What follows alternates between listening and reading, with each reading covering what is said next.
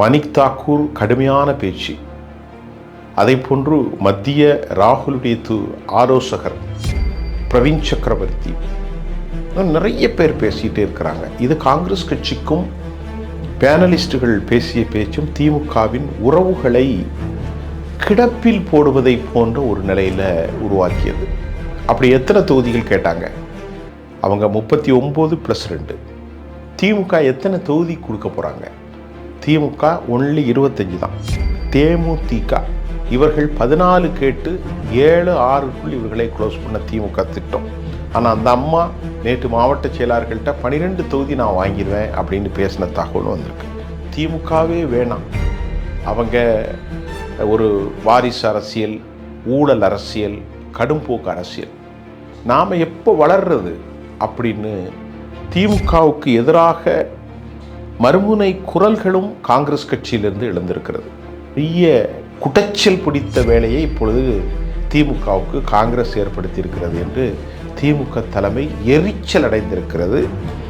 ஆனாலும் விஜய் என்கின்ற இந்த பேட்ஸ்மேனுடைய பேட்டில் கன்னியாகுமரி கடல்புறங்களில் ஏராளமான காங்கிரஸ் வாக்குகள்.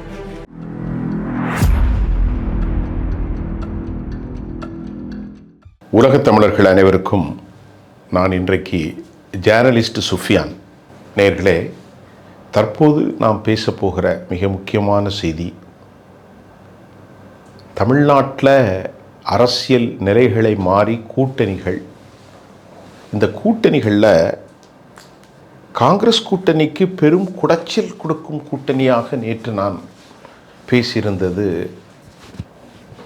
திமுகவை எல்லோரையும் சமன்படுத்திய நிலையிலும் காங்கிரஸை அவர்களால் கட்டுப்படுத்த முடியாத அதிகாரத்தில் பங்கு, தொகுதிக்கு ஒரு எம்எல்ஏ, 39 நாடாளுமன்ற தொகுதிகளுக்கு 39 எம்எல்ஏக்கள் எங்களுக்கு தர வேண்டும் என அவர்கள் கேட்டார்களாம். ப்ளஸ் 2 ராஜ்யசபா உறுப்பினர்களும் வேண்டும் என்றும் கடும் அழுத்தத்தை கொடுத்த நிலையில் நேற்று இது லோக்கலில் நிறைய பேசப்பட்டது. மணிக் தாக்கூர் கடுமையான பேச்சு. அதை போன்று மத்திய ராகுலுடைய ஆலோசகர் பிரவீன் சக்கரவர்த்தி, நிறைய பேர் பேசிகிட்டே இருக்கிறாங்க. இது காங்கிரஸ் கட்சிக்கும் பேனலிஸ்டுகள் பேசிய பேச்சும் திமுகவின் உறவுகளை கிடப்பில் போடுவதை போன்ற ஒரு நிலையில் உருவாக்கியது.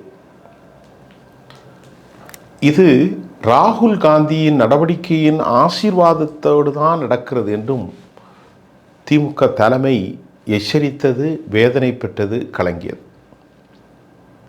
இதுக்கு இடையில் இந்த விவகாரங்களை குறித்து பேசுவதற்கு காங்கிரஸ் கட்சியினுடைய மூத்த தலைவர் வேணுகோபாலும் ஜார்க்கண்டுடைய முன்னாள் துணை முதல்வரும் பேச்சுவார்த்தைக்கு வந்தாங்க. பேச்சுவார்த்தை பேசினாங்க. அந்த பேச்சுவார்த்தை குழப்படி நடந்ததை சொன்னோம். இப்பொழுது வேணுகோபால் என்ன கேட்டார்? தமிழ்நாடு காங்கிரஸ் கமிட்டியிலிருந்து யாரும் வரவில்லை. திமுக என்ன சொன்னது? எத்தனை தொகுதிகளை கொடுக்க போகிறது? அவர்கள் கேட்டதற்கு திமுகவின் சார்பில் முதலமைச்சர் வீடான சித்தரஞ்சன் தாஸ் அந்த இல்லத்தில் பேச்சுவார்த்தையில் மிக கராராக மு.க. ஸ்டாலின் சொன்னதாகவும், கனிமொழி பக்கத்திலிருந்து அதனை உறுதிப்படுத்தியதாகவும், மிகவும் தெளிவாக ஸ்ட்ராங்காக இவ்வளோதான் தர முடியும் அப்படின்னு சொல்லிவிட்டதாகவும் செய்திகள் வந்திருக்கிறது. அப்படி எத்தனை தொகுதிகள் கேட்டாங்க? அவங்க 39+2. திமுக எத்தனை தொகுதி கொடுக்க போகிறாங்க? திமுக ஒன்லி 25 தான்.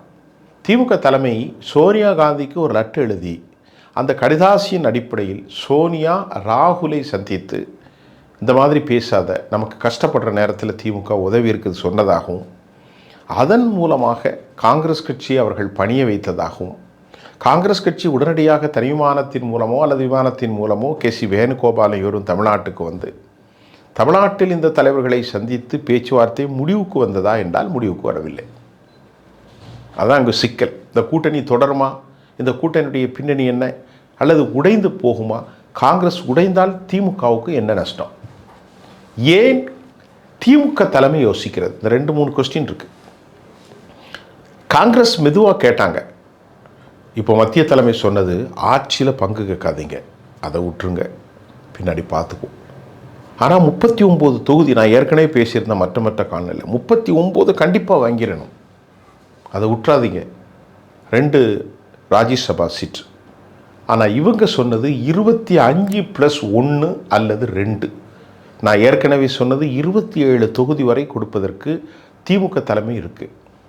அதுக்கு மேலே தரவே முடியாது. எங்கள்கிட்ட 2 புது பார்ட்னர் சேர்ந்துருக்கிறாங்க. ஒன்று மக்கள் நீதி மையம், 14 சீட்டு கேட்டு அவர்களுக்கு 4 அல்லது 3க்குள் அவர்களை கண்டெயின் பண்ண போகிறாங்க. மற்றொன்று திருமதி பிரேமலதா விஜயகாந்த், தேமுதிக, இவர்கள் 14 கேட்டு 7-6க்குள் இவர்களை க்ளோஸ் பண்ண திமுக திட்டம். ஆனால் அந்த அம்மா நேற்று மாவட்ட செயலாளர்கள்ட்ட 12 தொகுதி நான் வாங்கிடுவேன் அப்படின்னு பேசின தகவலும் வந்திருக்கு.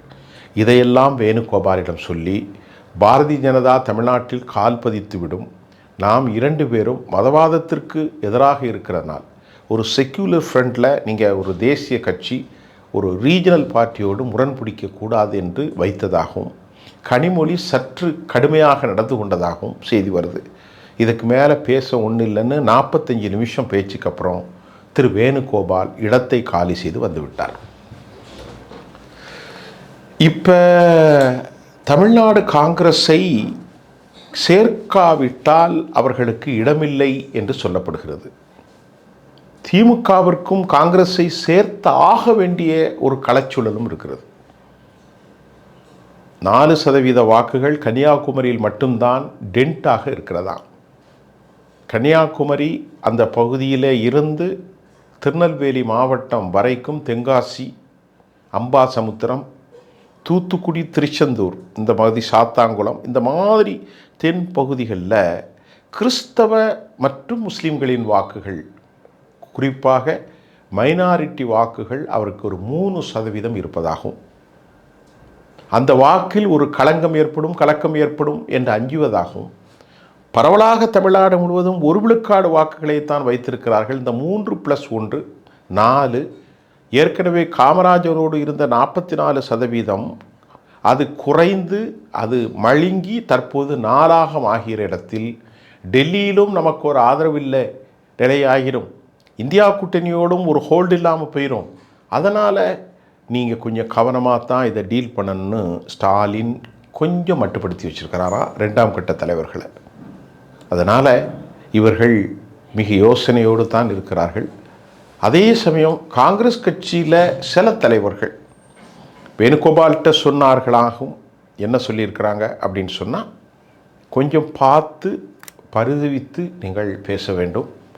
ஏன் அப்படின்னு கேட்டிங்கன்னா, விஜய் கூட போய் சேர்ந்தால் நமக்கு வெற்றி கிடைக்குமா என்றும் காங்கிரஸ் கட்சி கடும் யோசனையில் இருப்பதாகவும், உள்ளதும் போன கதையாக 18 எம்எல்ஏக்களுக்கான வெற்றி உறுதிப்படுத்தவில்லையே, இன்றைக்கி இதில் சேர்ந்தால் நமக்கு ஏதாவது கிடைக்கும் என்ற ஒரு நம்பிக்கையிலும் காங்கிரஸின் ஒரு சாராரின் நம்பிக்கை இல்லை. திமுகவே வேணாம், அவங்க ஒரு வாரிசு அரசியல், ஊழல் அரசியல், கடும்போக்கு அரசியல், நாம் எப்போ வளர்றது அப்படின்னு திமுகவுக்கு எதிராக மறுமுனை குரல்களும் காங்கிரஸ் கட்சியிலிருந்து எழுந்திருக்கிறது. இதற்கிடையே தான் இந்த பேச்சுக்களின் ஊடாக முடிவு பெறுமா என்றால் அது நமக்கு இன்னும் இயலவில்லை.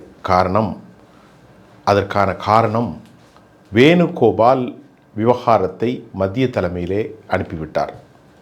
இன்னும் எஞ்சிய 10 நாட்களில் விவகாரங்கள் வெளியே வந்துவிடும்.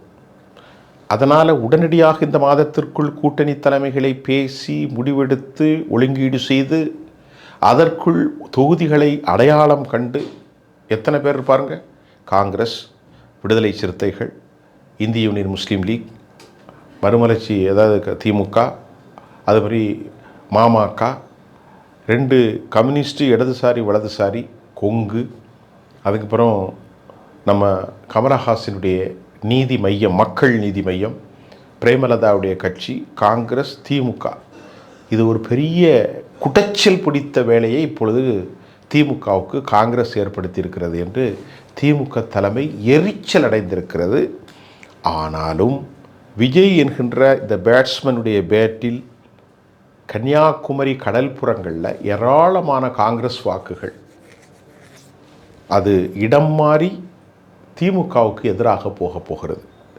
குறிப்பாக கத்தோலிக்க கிறிஸ்தவ வாக்குகள் மண்டக்காடு, குளச்சல், அப்படியே வந்து கன்னியாகுமரி, அப்படியே வந்து சொன்னோன்னா ஓரி, பெரியதாலை, கூடுதாலை, ராதாபுரம், இப்படி வந்துச்சுன்னா மணப்பாடு, ஆலந்தலை, திருச்செந்தூர், புன்னக்காயல், வீரபாண்டியப்பட்டணம், அப்படியே வந்துச்சுன்னு சொன்னோன்னா தூத்துக்குடி துறைமுகம் வரைக்கும் கடலோர பகுதியில் பெரும்பான்மையாக இருக்கும் பெர்னாண்டஸினுடைய வாக்குகளை இந்த முறை, திமுக வாக்குகளை இந்த முறை விஜய் காவு கொள்ள போகிறார்.